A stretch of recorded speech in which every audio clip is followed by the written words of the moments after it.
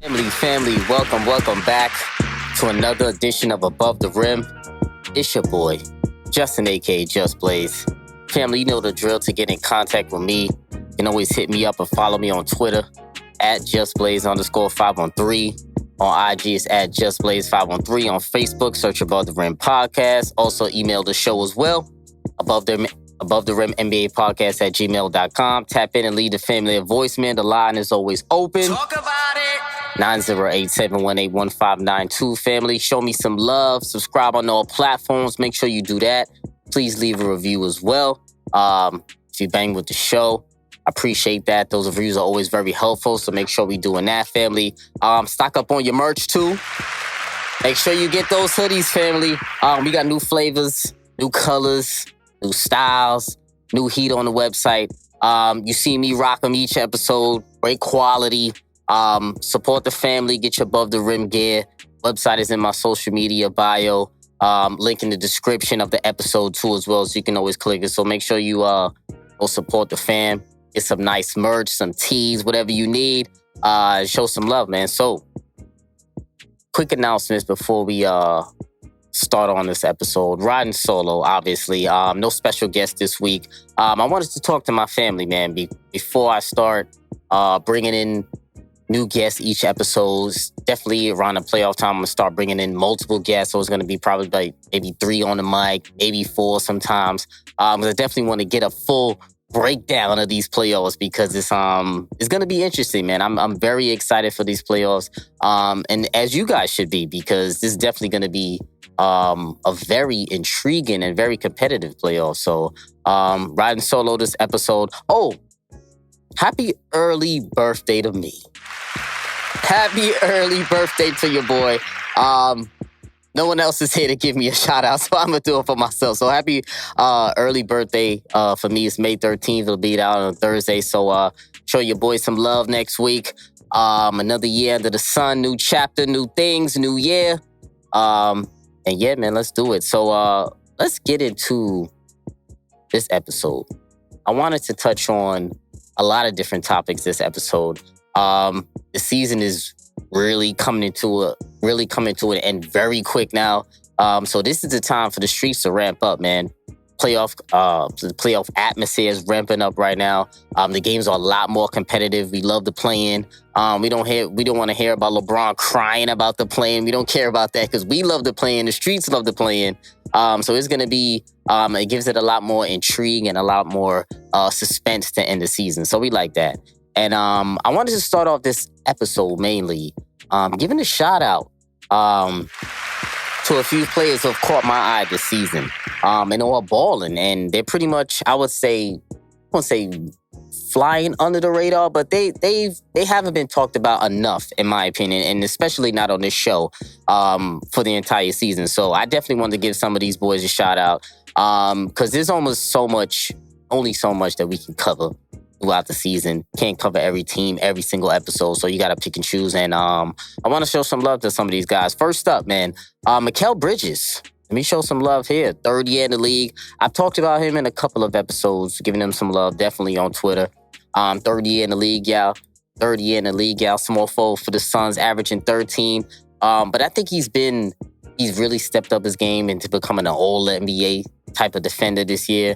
Sneaky, very important for the Suns this season.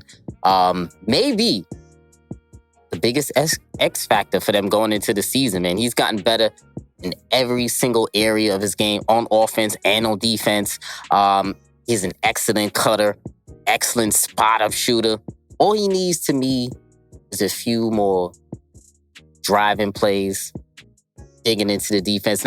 He still does a lot of those driving kicks, so he still is excellent at that. But a few plays of him maybe taking somebody off the dribble, I feel like that's the next step in elevating him to another level for the Suns. And even in the playoffs, even if he does 2 or 3 of those, it will be great for the Suns. He could really make a name for himself in his playoffs if he really plays like he's capable of doing, because he's very, very important for the Suns. He takes the opposing perimeter, the best opposing perimeter player, full court, 94 feet every game for a majority of the game. And he takes the toughest defensive assignment. And he is The numbers show it. He's being excellent for the Suns, so I got to show him some love. Moving on, Ja Morant, man.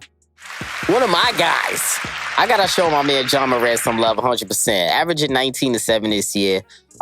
Similar numbers sort of to last year. I think it was 17-7 or 17-8 or something like that last year. So slightly above his performance last year. But he looks a lot smoother this year. There's something about his game. He's definitely elevated, in my opinion, his game this year. Second year in the league. I believe it was a week or two ago. He went on, I think he was on TNT or something like that. I think he was talking to Shaq and he called himself a top 5 point guard in the league. I agree. Talk about it. Talk about it, Ja Morant. Top 5 point guard in the league. I'm going to double down there with you, man. I'm going to say Ja Morant's a top 5 point guard in the league, man. He's, to me, talent-wise, he's in the upper echelon. He has been consistent. He has a couple of games where he's, I guess, not as potent, but he's always consistent. He's always in the 15 to 20-point range, 6 to 9 assist range. He's consistently now for 2 years straight has this team in the playoff run. Unlike Zion, who gets all of the hype, he's gotten better in his pick and roll as a point guard, been better in his reads. He's been more in control of the ball this season, and the game has slowed down a lot for Ja Morant. So I really see the upgrade in his game, the upgrade in his half-court game as well, because we always know he's a monster in the full court, but he's gotten a lot better in the half-court as well, and definitely orchestrating that offense for the Memphis Grizzlies. And he's got them in the playing game once again. He's got them in the playoff hunt once again. So we got to show Ja Morant some love. I'm definitely showing Ja Morant some love this season because I don't think he's getting enough. I'm going to go over there to Dallas, man. Another guy who I think, who I'm trying to show some love to this episode, Tim Hardaway Jr. He doesn't get talked about enough. He's a role player for the Mavs. A sneaky key for the Dallas Mavericks. When he plays well, they play well, if you notice, man. He's averaging 16 for the year, and I didn't even realize that. I thought he was giving about 11 to 13, 11 to 14, something like that. But when I looked it up, I was like, damn, he's giving me 16? That's solid for Tim Hardaway Jr. in a role for the Dallas Mavericks playing off Luka. But he can get really hot. He can really help the Mavs, especially in the playoff series. And we know about the Mavs, KP's health is always very shaky. So the Mavs, how far they go depends on who they match up with. So if I were them, I would be hoping for that 5th seed, obviously, of course, so they can play the Denver Nuggets, maybe a little wounded Denver Nuggets, but still potent Denver Nuggets. But I think, that'll be a dead even series. Don't sleep on the Mavs when it comes to playing against a team like the Nuggets, because the Mavs could get hot. I don't think the Nuggets have anybody in particular who can really stop Luka. They're not really a defensive juggernaut either.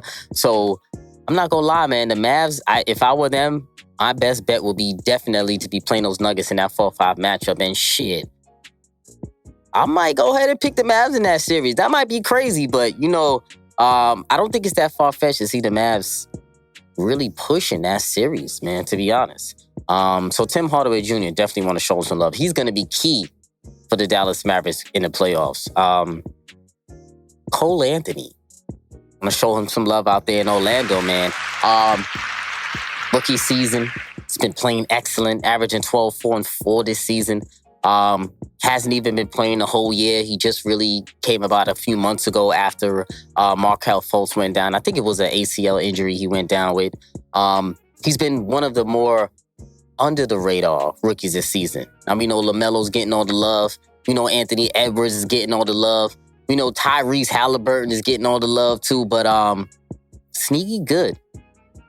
Cole Anthony out of Orlando Magic, man. Shout out to my boy Teddy D. I don't know if you're listening, but the Magic is his squad. One of the few Magic fans that I know. And you guys got a good draft pick there with Cole Anthony. You guys definitely have a bright future there.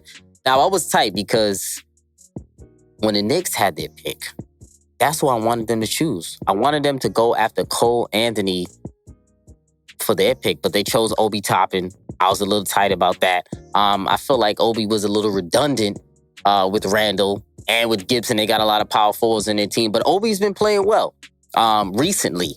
He started off the season pretty shaky, but he's definitely starting, I guess, to learn where he can be effective on the floor. He has been hitting that corner three. They played the Clippers today. He was actually excellent off the bench for Randall. He caught I think an alley or two, hit a couple of corner threes. So he's been playing well. But to me, I think the Knicks really needed and really could have used Cole Anthony a lot more than Obi Toppin. So he's been excellent this season. He's going to have a bright future over there in Orlando. And last but not least, man, I got to go with my man, Terry Rozier. Rozier, I got to show him some love, man. My man has been playing excellent this season. He's been having an excellent year. I used to say he was stealing money out here when he first got to the Hornets. I went to a game out here in the Barclays. I don't know if it was last year or the year before. And Rozier, he wasn't playing like he really cared, man. He really didn't give two shits that season when he came over there to the Garden. So I was like, damn, my man is out there stealing money. MJ gave him a check and he started. But he's been excellent this season. The Hornets, prime for a playoff spot, fighting for that AFC is either probably going to be between the Hornets and between the Wizards. And he's a key catalyst for that team and seeing if they're going to hold on to that 8th spot, man. He's averaging 24-4 this season, if I'm not mistaken. 24-4 for my man Rozier. Terry Rozier, top 3 in clutch scoring as well. So he's been excellent. He's hitting a lot of big shots this year, and he's been really pooping this year for the Charlotte Hornets. This is going to be interesting down the stretch in that play-in, if it's going to be the Hornets or if it's going to be the Wizards. I personally want the Wizards because I want to see that nice matchup between Russ, Beal, against probably the 76ers, most likely, if they get that number 1 seed. And it's going to be a battle. So we'll see how that goes. But I wouldn't be mad if either one of them gets into that 8th seed. So I wanted to talk about 2 teams in the East that I have on upset watch going into the playoffs. I want to talk about the Heat and the Celtics, family. Don't sleep on these boys. I'm going to tell you that right now. Don't sleep. Now, this is my personal opinion, man, but I think one of these 2 teams have the potential, the best potential, to take out one of the top 3 seeds in the conference. Say something like that. If the Heat get matched up, especially with the Bucks, think about it, fam. If the Heat get matched up with the Bucks in the first round, and it's very easy for that to happen. The Bucks right now are in the 3rd seed, I believe. The Heat right now are in the 6th. While this is being recorded. So technically right now they would match up. Now listen, if y'all remember last year, I was the one who called the Heat going to the finals last year, even back in February, even before the bubble. I tapped into the prophecy and they told me the Heat was going there. So think about it. I have not the same level of confidence in the Heat, but it's up there. There's a lot of factors as to why I think they can still take out the Bucks this year. Now, it's not going to be the same. The Bucks are definitely an upgraded team. They are much better this year with Drew Holiday, PJ Tucker coming over there. I forgot who else they got on the bench. Somebody new. Bobby Portis, a couple of new pieces. So they are better offensively this season. But I don't know. I feel like there's going to be a mental aspect of that series. If the Heat and the Bucks play together, I think there's going to be a mental aspect of that series that can honestly go either way.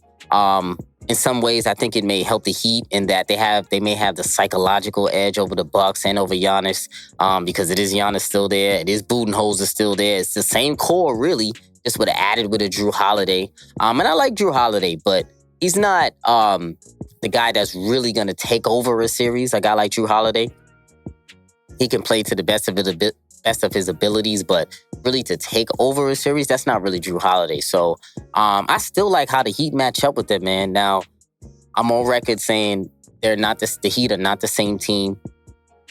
Losing Crowder was a big loss. They're really going to miss his versatility, his strength up front in the front court, and his front court defense, especially on a guy like Giannis. But I tell you, man, the way the Bucks play right now, the way the Heat are coached by Coach Spo, I really think they could push them, definitely to 7. And I honestly think they could really, really take the Bucks out in the first round. So I got the Heat on upset watch. And let's not forget, they still got Oladipo on ice.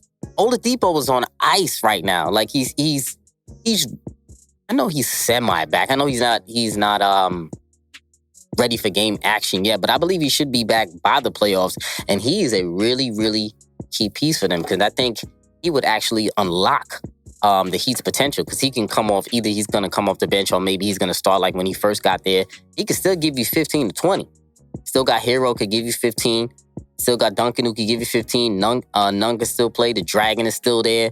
The Heat's top 9 can still play with anybody. It's pretty much the same core from last year that went to the finals. So don't sleep on the Heat, man. I definitely think they can make some noise in the playoffs. And also the team I have on upset watch. Now this may be more of a long shot, but maybe it's my stubbornness. Maybe it's my Taurus stubbornness that's getting to me, that's keeping me believing in this team. But I got to talk about them Celtics too, man, because I felt like they're on upset watch too as well. Now, they're very Jekyll and Hyde. You never know what you're going to get with this Celtics team. They have so much talent. I really like this team. Everybody knows I've been singing their praises all year. I've been supporting them all year. I called Jayson Tatum for MVP early in the year. Definitely didn't work out that way, but maybe if he didn't miss some time, it would have been better if the Celtics had a better record. But man, this team is so frustrating to me. I watch all of the Celtics games, and they frustrate me game after game after game after game. They lose a lot of key matchups, man. Now, I'm not calling for anybody to be fired, but they may have to look at Brad Stevens this summer. I'm going to be honest, man. This team may need a new voice in this Boston Celtics locker room. They're way too talented, and way too mild-mannered, this entire team. Jayson Tatum and Jaylen Brown, they're way too good to play with such little passion. And that's a problem for me. I don't like the passion that they play with. Every time they're on the floor, they don't look like they're trying to rip somebody's head off. They don't look like they're trying to rip the opposing team's head off. They look like they're nice. They come on the playground in the schoolyard, they're nice. But they really don't have that real killer in them. Now, I know they have it in them, but as a team, do they have it in them? I know individually Jaylen Brown has it. Individually, Jayson Tatum has it. Individually, Kemba Walker has it. Because I've all seen them do it individually. Now, can they do it collectively as a unit and really play with some fire? Because that's what they need, man. Because they really have enough talent to beat any team in the East, man. I'm telling you, man. I'm telling you. And I think what the problem is, both of them, Jaylen Brown and Tatum, because I'm holding those two accountable because those are the two stars of the team. Like I said, they're too good to be playing with such little passion. But I feel like they need a coach that's going to yell at them. They need a coach that's really going to bark at them. Not for the lack of talent, because they always do all the right things, but for just to put a little light or a little match under their ass sometimes, because they need it. Because they got all the talent. So I feel like, you know, if in the playoffs time come, they tap into their inner killer, whatever happens, they are on the upset watch to me, because I feel like they could beat a lot of these teams in the East. I'm going to keep it a stack, family. Now, if they get matched up with the Nets, which is very possible, 7-2, I think that's going 6 or 7 games, man. I'm going to be honest with you. Remember, you heard it. I think that's going 6 or 7 games, probably 7. It would be crazy to say the Celtics would take them out, but I think, you know what's crazy? I think in the East, the Celtics would be the toughest challenge for the Brooklyn Nets in a playoff series. I think the Boston Celtics would be the toughest matchup for the Nets in a playoff series in the East, other than the 76ers. I think in the playoffs, it's going to turn into a more perimeter-oriented game, sometimes isolation-heavy. And I think it benefits a team like the Celtics when we play like that, in the postseason. And I think they have enough wing pieces to score with anybody. With any team in the league, they have enough wing scoring. Now, it's up to them to play to the best of their abilities, and that's been their problem the entire season. But if they can do it, they can beat anybody, man. I've been saying that on Twitter for a while now. If Kemba is healthy, watch out for these boys, for these Boston Celtics, man. And playing a team like the Nets, if they do get matched up with them, who isn't a stout defensive team, it might bode well for the Celtics if they can really go down the stretch with the Nets shot for shot, bucket for bucket. It's going to be a lot of isolation plays. You never know, man. Somebody could get hot. Somebody could get hurt. You never know what could happen in a series like that. So I think, to me personally, I think if I were the Nets, I wouldn't want to match up. I wouldn't want to match up with the Celtics. If I were the Nets in particular, or the Bucks too. But definitely, if I'm the Nets, I will be shooting for a Heat series. Talk about it.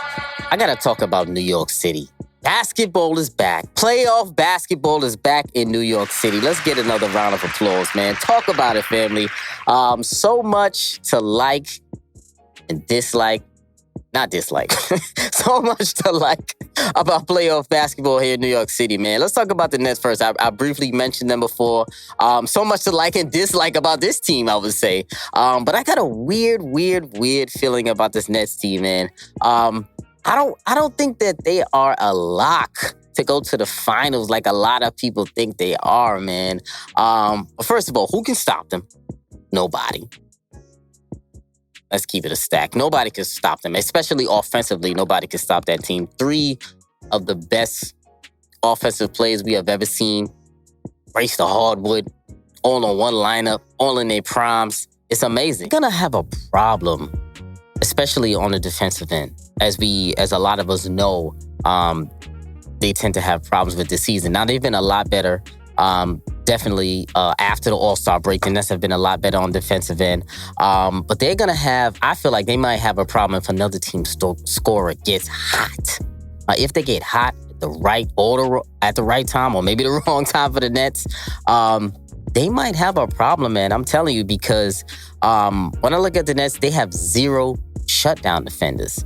Now, I would say their best shutdown defender is Bruce Brown, KD. Probably KD, I would have to say, is their best individual shutdown perimeter defender. So they have a tendency to, you can score on those boards. You can get a bucket on any one of those guys in the lineup. And I see if there is a team that can give the Nets problems, like I said before, I think it's going to be the Celtics, and I think it's going to be the 76ers too as well. I think the Celtics, for the same reason I said before, they can match up with them bucket for bucket. And the 76ers, they're one of the few teams that could throw out as many wing defenders to really bother the Nets in the series. So they're going to have a tough time with the 76ers if they match up with them, probably in the Eastern Conference Finals if the way the brackets shake out. And they got no answer for Embiid down in the middle, too. So I don't think the Nets are a shoo-in in the finals like a lot of people are saying. Listen, man, they're going to have to fight. They're going to have to battle. They're going to have to play hard for 48 minutes to get to the finals. And if we want to talk about coaching, that's where the Nets are taking a major L when it comes to coaching. We got Steve Nash there on the sidelines, ghost coach. They went down, I believe the Bucks went on like a 16-0 run or 18-0 run. Didn't even call a timeout. I put on Twitter, I put the Mike D'Antoni face. That was very D'Antoni-esque for him to not call a timeout. And that's pretty much how they lost the game. So when we talk about coaching adjustments, suspect for the Nets. We got Steve Nash, we got Mike D'Antoni, we got Jacques Vaughn, we got Amari Stoudemire. Against a Doc Rivers, Sam Cassell, I'm giving it to the 76ers. Against a Coach Spo, giving that coaching battle to them. Against a Brad Stevens, I'm giving that coaching battle to them. Listen, man, it's definitely going to be interesting when we get to playoff time and we're talking about adjustments, because that's what's important. And that's what really wins you a series, is how you adjust in the middle of a series. Now, for the Nets, I think Kyrie, I would say, to me, personally, Kyrie is the key. He's their main X factor to their title run for me. If KD is KD, which I think he's going to be, and if James Harden is semi-James Harden, if he's not the sus James Harden that we see sometimes in Houston in playoff time, if he's the third fiddle James Harden that we've been seeing in Brooklyn, I think Kyrie's going to be that guy, man. He's going to have to be the guy to hit those big shots. He's going to have to be that guy to take them over the top, especially when the series gets tight.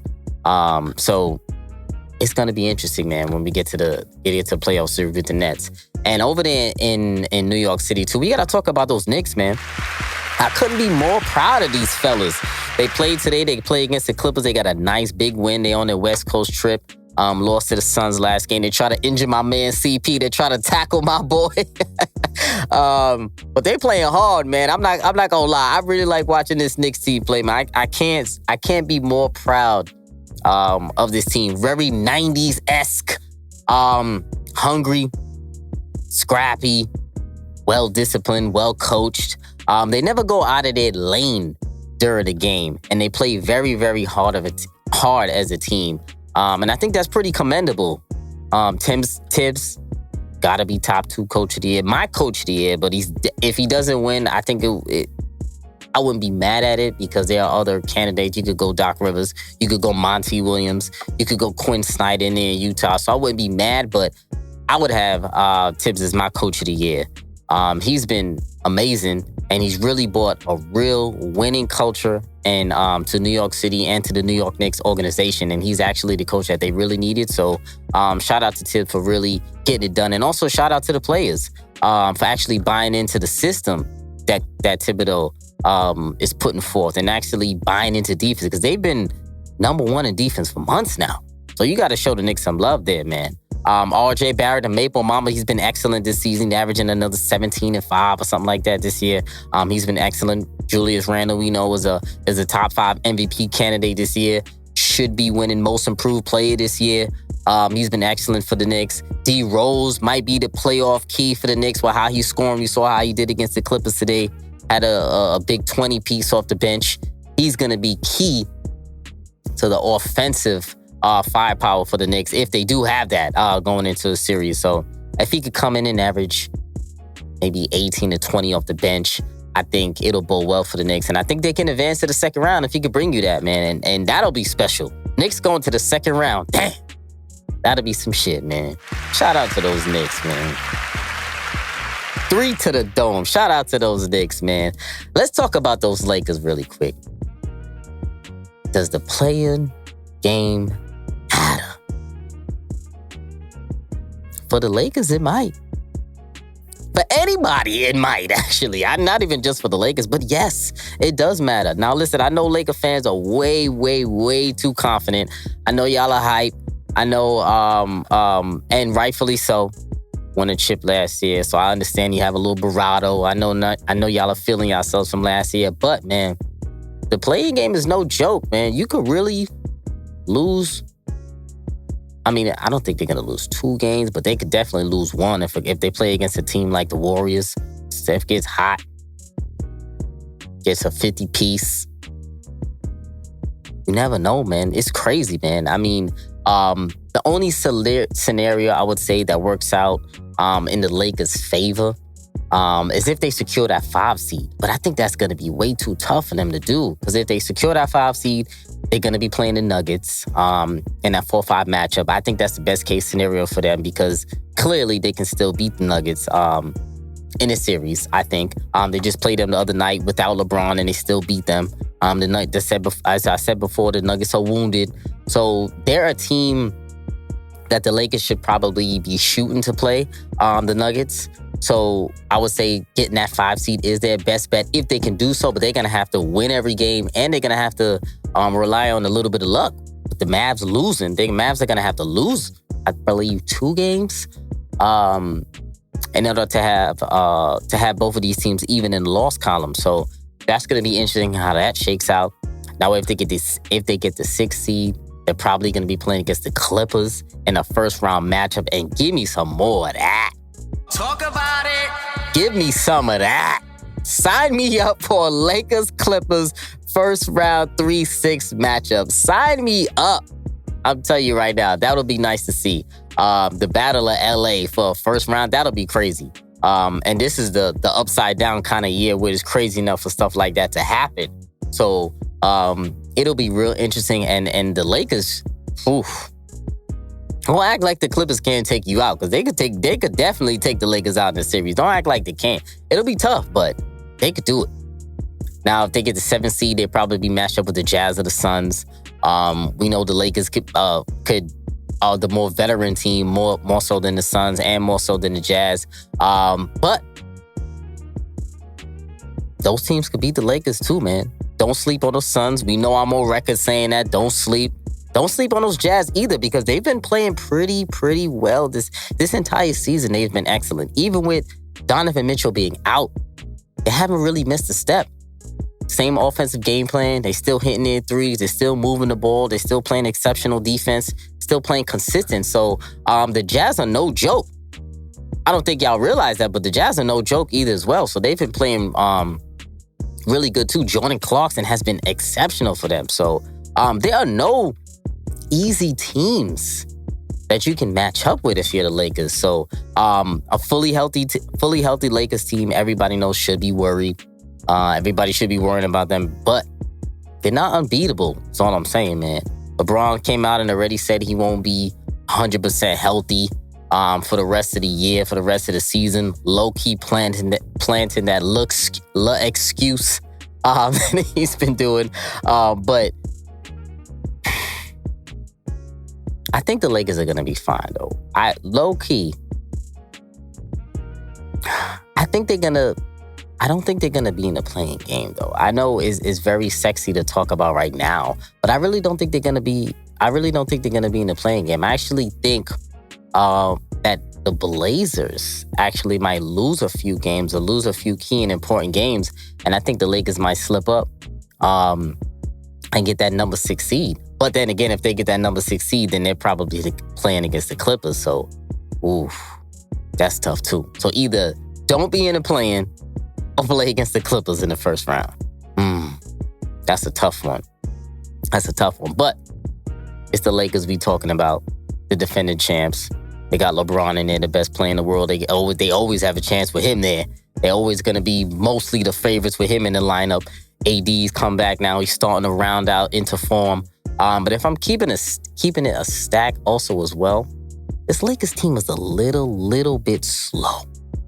Foot speed, they're a little bit slow, especially in that front court. If there's anything that I could critique about the Lakers, they're a top defense. They've always been a top defense in the league. I don't know if they're top 5 or top 10, somewhere around there. But you can run them out the gym low key if you stay on the perimeter. So guys like Drummond, guys like Marc Gasol, they're both getting ISO'd in the playoffs. I'll tell you that right now. Look out for that. Both of those big boys are getting ISO'd in the playoffs by elite guards, depending on who they play. If they play, say for instance, they play maybe the Jazz in the first round, Mitchell, Clarkson. If they play the Suns in the first round, CP Booker. Who else? If they play the Clippers, probably Paul George might be the guy to ISO. So we got to look out for the best Laker lineups, because I know a lot of people put a lot of stock into Drummond coming over. Gasol being there now. And I personally think their best lineups are with AD at the 5. But we'll see, because they have to give those big boys minutes. They're going to have to give Drummond minutes. They're going to have to give Gasol minutes. So we'll see how Frank Vogel dispersed those minutes, because it's going to be interesting, man. And the Lakers need to be a little bit nervous. I mean, I feel like everybody needs to play hard anyway. So it's not really about being nervous. They just need to really get on their shit, play together, play hard, and really get this done and try to get out of that playing game, because it's unnecessary for the Lakers to be in the playing game. So we'll see. If they play the Warriors in the playing game, that'll be nice. That'll be nice, must-see TV. Probably in the other bracket in the playing game is in the West is Memphis and San Antonio. That should be solid too. I really like Memphis. They could actually overtake the Warriors and get into the playoffs too. We don't know anything. The Warriors are no shoo-in in the 8th seed. Steph, there's no excuses for him either, man. He definitely needs to make the playoffs. I don't want to hear any of that. Can't be no back-to-back MVP missing the playoffs like this. Come on now. I believe the last time a player won the scoring title but didn't make the playoffs was T-Mac back in 2004. If I'm not mistaken. T-Mac back in 2004 when he won the scoring title. Bray Hill got hurt. Doc Rivers, that was the year he was there with Doc Rivers. And I think Doc Rivers got fired that year. And then the next year is how he got to the Celtics and he won that title. So I don't know if it was that year, the year after. I don't know. But I think T-Mac won the scoring title in and didn't make the playoffs. So Steph definitely has to get it. And it would be nice because I want to see some competitive basketball. I want to talk about the season awards really quick before we get on out of here, family. And I think the season awards are very difficult this season.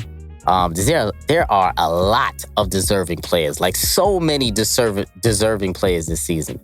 Many. So I'm going to just go over the All-NBA third team. Start off there. All-NBA third team for me, I'm going to go Kyrie, Donovan Mitchell. I think he deserves some honors. Kevin Durant, even though he's only played, 31 games or 32 games. In those 30-something games, man, he's unstoppable. As we know, KD is definitely looking like top 2 best player in the world. So I know people may want to leave him off due to the lack of games being played, but for the games that he did play, he showed me enough where if he was playing, and that's what being extra cautious this is, if he was playing, this guy can't be stopped, man. So I'm only giving him third team just because of games missed, but I really want to put him ahead. So I got to throw KD in there. KD, I got to go my boy JT, Jayson Tatum. I think he's definitely deserving of an All-NBA nod this year. Some people may have him missing it because of where the Celtics is at, but it's not like they missing the playoffs. They're still making it to the playoffs. They just haven't performed up to expectations. But that's not really Tatum in particular. Tatum himself, he's been balling. 60-point game this year, had a 50-point game this year. He broke a couple of Celtics records for individual scoring. You got to show my man some love. He's definitely All-NBA deserving this year. And rounding out for the third team, I got Bam. I got Bam over Gobert. I know a lot of people are going to have Gobert maybe in that third team, but I got Bam to me. I think he's been playing a little bit better individually than Gobert this season. Bam has really been excellent. He's played in majority of the games for the Heat, and he has been keeping them afloat while Jimmy Butler's missed some time this year. So I got to give Bam some love, me in particular. So I'm going to put him on my All-NBA third team. Second team All-NBA for me, Dame, Luka, LeBron, Julius Randle. I'm going to give him second team. And Joel Embiid. I think that's a solid 5 for the All-NBA second team. Got to be Dame, got to be Luka, of course. LeBron, I know he played a little bit above 40 games. I think it's 43, 44, something like that. But to me, that's enough. That's over half. So that's enough for him to make an All-NBA second team to me. Can't leave LeBron off there. Come on now. Randall's very deserving. Embiid, it was tough between Embiid and Jokic. But I had to choose Embiid for number 2. And clearly that means Clearly that means Jokic for the All-NBA first team. So All-NBA first team, I got the Joker. I got Giannis. I got Kawhi. I got Steph. And I got CP3 in that All-NBA first team, man. Steph and CP have been the 2 best guards in the league this season. Kawhi, to me, he's been the most consistent when he is playing small forward this season. Giannis has still been excellent again. It's never about the regular season for Giannis. It's always about the playoffs for him now because now he has back-to-back MVPs. We know what Giannis brings to the table. We know he's a monster. We know what he can do. Well, he's definitely an All-NBA first teamer, but he's got to show me what he can do in the playoffs. And he's definitely, to me, is conference finals. Maybe finals or bust. Got to be for Giannis right now, I would say. And then we got Joker rounding out the top 5 for that All-NBA first team for me. Honorable mentions, PG-13. I thought about putting him on. Thought about Gobert. Thought about Ben Simmons, putting him on. Devin Booker also got some consideration, but I had to give Donovan Mitchell the nod over him because the Jazz are number 1, so I got to give him love. Bradley Beal, also had to give him some love for it was tough for that All-NBA third team choosing those guards. So Zion maybe got some consideration. He was averaging a low-key 27, so I got to show him some love there. Let's get to the awards. Coach of the Year. I got to go with Tibbs. New York City, stand up. Tibbs, this is your time for Coach of the Year, my brother. Now, this was tough for me because it was either between Tibbs and Monty Williams and Doc Rivers for me. 3 coaches that I really, really like in this league. But I had to go with Tibbs. I think he's had the most individual impact of all the coaches, bringing in a new culture. Doc Rivers too, so it's hard to say that because the 76ers are number one in the East. But this is you just have to give credit for the Knicks, man, because it was much harder to come in there and really turn that team around with the pieces that they had and take basically a couple of misfits, basically, and have them believing in themselves and really playing hard to see and really believing that they can win. So that was big time for the Knicks. So I got to give it to Tibbs. Rookie of the year, you got to go with my man LaMelo. Big ball away. This is the big ball away. We got to give it to my man LaMelo. He's been a rookie of the year all year to me. I don't think there's a debate. I think he should probably be unanimous rookie of the year.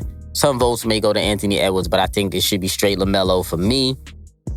Sixth man of the year, I'm going to go with Jordan Clarkson on this. I think he's definitely earned it for sixth man of the year. Jazz and number one in the league. I think he's leading bench players in scoring, I believe, with 18 or 20 or something like that off the bench. Honorable mention, too, to my man Melo for sixth man of the year. But out of respect, I don't even want to give Melo sixth man of the year because Melo is not a bench player to me. He's not a sixth man. On this particular team, they try to put him as a sixth man. But to me, Melo is still starting worthy. So I wouldn't even want to give him that sixth man of the year award. So it's definitely Clarkson to me, 100%. Most improved player of the year, got to go Julius Randle. To me, he's made the biggest leap forward of any individual player from last season to this season. Honorable mention with that, Jaylen Brown. Now, I think Jaylen Brown has been another player who's made a major leap forward. He turned himself into an elite player this season. So if the Knicks weren't as good, I would probably be neck and neck with Jaylen Brown and Julius, but we got to give it to Julius Randle, man. You got to give him some love. Got to reward him for his excellent season. Defensive player of the year. This one was tough for me because there's no clear-cut choice for me for defensive player of the year.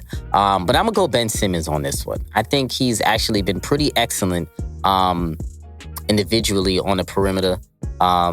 His on-ball defense has been excellent. But even though when I say that, it's not like Ben Simmons be shutting cats down. Because if I'm being honest, there's been a couple of games, especially those Suns games. I saw Devin Booker giving it to Ben Simmons plenty of times, plenty of plays. So defensive player of the year to me this year is a little shaky. It's between Ben Simmons, Bam, and probably Gobert. But I'm going to give it to Ben. I think he's had the biggest impact, probably defensively, this season. So I'll give it to him. MVP, man.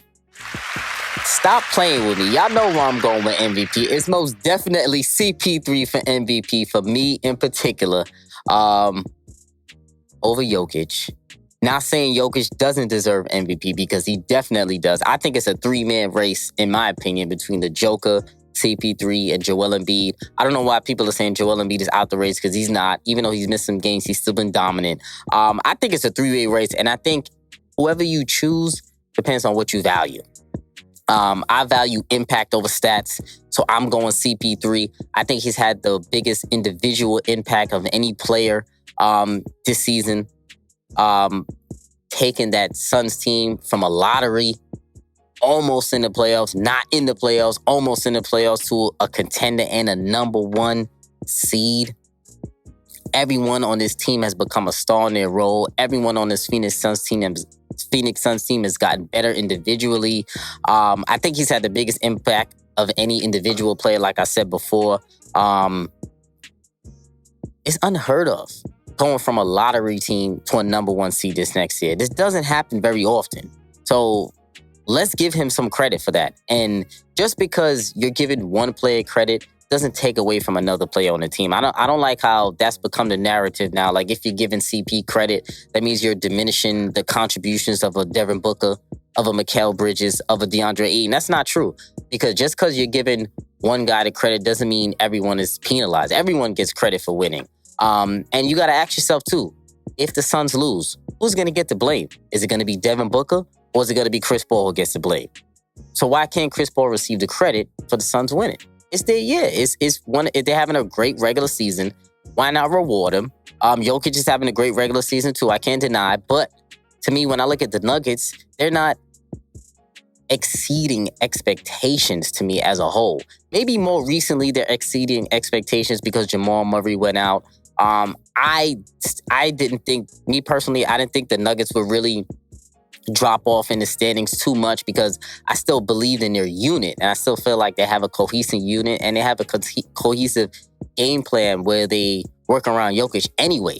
So in that particular offense, sometimes Jamal Murray can be a supplementary piece instead of a person that they rely on. So I still thought that they would keep their winning ways even though Jamal Murray went down. But I got CP3 for MVP, man. I don't feel like you can penalize him for playing with the Devin Booker, which I think is ridiculous for even saying. It's not like Devin Booker is a perennial All-NBA player, and other stars before are not penalized for playing with great players. So I don't know why that's become a thing now for CP3. LeBron was with AD last year. That didn't bother him getting his MVP votes. That doesn't make any sense. The Nets got 3 stars on their team, and at one point of this season, each one of them have had MVP consideration. Steph had won MVP years ago. He had Clay, he had Draymond. Let's not act like he was playing with crumbs. Every MVP has great players that they are playing with. So that doesn't make any sense with who he's playing with should penalize him for winning MVP. So I personally think he had the biggest impact of any individual player this season, numbers aside. And I just think he's my MVP, man. And I definitely think the Suns they can go far in the playoffs, man. I think they can definitely take out any team. I think they can be beaten by any team too. You never know how they're going to go because they're a young team aside from CP and Crowder. We still got to see how these young players perform in the playoffs and if they're going to get shell-shocked or if they're going to be their normal selves. So we'll see. And for me, we're talking regular season. It's definitely going to be tough between Joker and CP, but give me CP for me. Give me CP. Hey, man. Before we get on out of here too, family, I gotta say this, man. I don't think people are realizing how sticky this playoffs is going to be. There are no title favorites in this postseason. I'm telling you that right now, family. Listen to me. Any contender can lose if they get caught slipping. Any contender can lose if they get caught slipping. This is no normal playoffs. They're not even going to have 100% fan capacity. It's going to be a variant depending on the team. One of the few times that we have been going into the playoffs where we may have every team above 500 in the playoffs. Maybe one team, maybe the bottom of the East may not be, but majority of the teams will be up above 500. How far you go in this playoffs will depend solely on matchups. And I would not be surprised if one of these top seeds lose in the first round. And I don't think there will be any sweeps in this playoffs. And I think majority of the series maybe will go 6. No title favorites. Anybody can lose. Don't sleep. This playoffs will be crazy. Talk about it. Family, I appreciate you joining me on this episode, on this solo ride. I appreciate y'all joining me for over 150 episodes, man. I appreciate all the love y'all been sending me, commenting on tweets and stuff like that, interacting me with the basketball shit. I really appreciate y'all, family. Definitely for the playoffs, hit me up. I might go live a few times in some of the big games. Hit me up if you want to join me on some of those because I might be doing that too. Copy your merch, as always, as I've been talking about for the playoffs. Hit me up. If you need me to be on your episode, let me know. I'm definitely going to be hitting up quite a few people to be on guests. I'm going to have multiple guests going on my playoff episodes. So stay tuned for that. Probably going back to the little episodes, so look out for that too. Family, appreciate you, man. Y'all my family. This love. Episode 151. We out.